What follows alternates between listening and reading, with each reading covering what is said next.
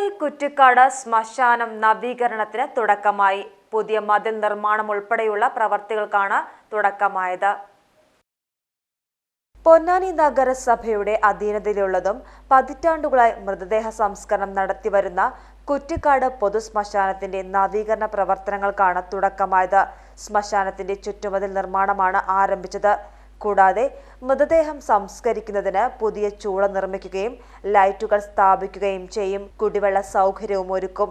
18 ലക്ഷം രൂപ ചിലവിലാണ് നവീകരണ പ്രവർത്തികൾ നടത്തുന്നത്. ശ്മശാനത്തിൽ മൃതദേഹം സംസ്കരിക്കാനായി എത്തുന്നവർക്ക് നേരിടുന്ന അസൗകര്യങ്ങൾ പരിഗണിച്ച് കാലോചിതമായ സംവിധാനങ്ങൾ ഒരുക്കി. കുറ്റിക്കാട് ശ്മശാന കോമ്പൗണ്ട് സംരക്ഷിക്കുന്നതിനുള്ള വിപുലമായ പദ്ധതിയുടെ ഭാഗമായാണ് ചുറ്റുമതിൽ പുനർനിർമ്മാണ പ്രവർത്തികൾ ആരംഭിച്ചിട്ടുള്ളത്. ശ്മശാനത്തിൽ നിലവിലുള്ള 3 ചൂളകൾ സാങ്കേതിക കാരണങ്ങളാൽ ഉപയോഗിക്കാൻ കഴിയാത്ത അവസ്ഥയിലാണുള്ളത്.